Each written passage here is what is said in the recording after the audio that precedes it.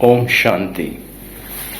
ईश्वर पिता ने अपने बारे में जो एक अद्भुत राज बताया है, जो अब तक ना कोई धर्मशास्त्र बता सका, ना कोई पीर पैगंबर बता सका, और वो अद्भुत राज है जो कि स्वयं भगवान ने रहस्योद्घाटित किया इस संगम युग पर। मैं सर्व आत्माओं का पिता हूं, मैं सर्वशक्तिवान हूं, सर्वज्ञ हूं, परंतु सर्वव्यापक नहीं। मतलब भगवान ने ये कहा है कि कण कण में भगवान को मानना, उसे कण कण में विद्यमान समझना मनुष्य की सबसे बड़ी भूल है। वो पिता जो हम सब आत्माओं को पावन बनाता है, पतित दुनिया को बदलकर पावन स्वर्गिक दुनिया बनाता है, उसे कण कण में कहना कितना रॉन्ग है।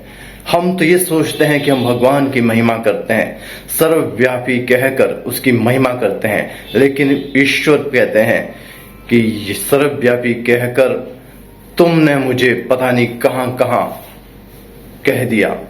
वो महिमा नहीं, सबसे बड़ी गलानी है। भगवान को आप गाली देते हैं। धन्यवाद। ओम शांति।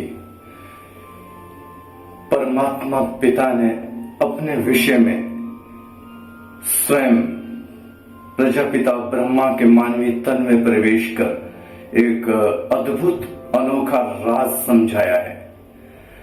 अब तक हम यही मानते आए थे कि जो परमात्मा है वो सर्वज्ञ है, सर्वशक्तिवान है और सर्वव्यापक है, परंतु परमात्मा पिता कहते हैं प्रजापिता ब्रह्मा के मानवीय तन में प्रवेश कर मैं सर्वशक्तिवान सभी आत्माओं का पिता हूं, सर्वज्ञ हूं, सब कुछ जानने वाला हूं, इस सृष्टि के आदि मध्य अंत को जानने वाला हूं, जो और कोई भी नहीं जानते।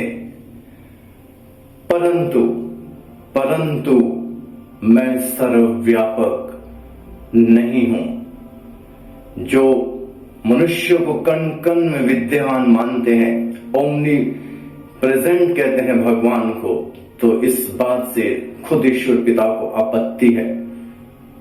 हम ये समझते हैं कि ईश्वर को सर्वव्यापी कहकर हम उनकी बहुत बड़ी महिमा कर रहे हैं, लेकिन भगवान कहते हैं ये मेरी महिमा नहीं, बल्कि मेरी सबसे बड़ी गलानी है। इसी गलानी के कारण ही भारत का ये हाल हुआ है। तभी परमात्मा कहते हैं कि सर्वव्यापकता ये गाली है, इससे भारत पतित बनता है। मैं पतित पावन हूं। पतित पावन होने के नाते मैं सभी मनुष्य आत्माओं को पावन बनाता हूं। कोई व्यक्ति को पावन नहीं बना सकता, कोई साधु संत महर्षि ये कार्य नहीं कर सकता। ये कार्य केवल और केवल ईश्वर पिता का है, और यह कार्य वो तब करते हैं जब इस सृष्टि का महान परिवर्तन होने वाला होता है। और वो महान परिवर्तन होता है कलयुग अंत और संगम युग, जिसको कहा जाता है कलयुग अंत और सत्युग का आदि काल, उसी को ही संगम युग कहा जाता है। इसी समय ही भगवान इस सृष्टि को पतित से पावन बनाते हैं, कलयुग को बदलकर स्वर्ग बना देते हैं। तो परमात्मा को सर्वव्यापक मानना एक बहुत बड़ी भूल है, भगवान ने स्वयं स्पष्ट किया है। तो इस प्रकार हमने जाना कि ईश्वर को सर्वव्यापक कहना उनकी क्या कहते महिमा नहीं, प्रशंसा नहीं, बल्कि उनकी सबसे बड़ी गलानी है। और भगवान तो ये कहते हैं कि तुमने सर्वव्यापी कह के मुझे गाली दी है, मेरा अपमान किया है, मेरा अनादर हुआ है।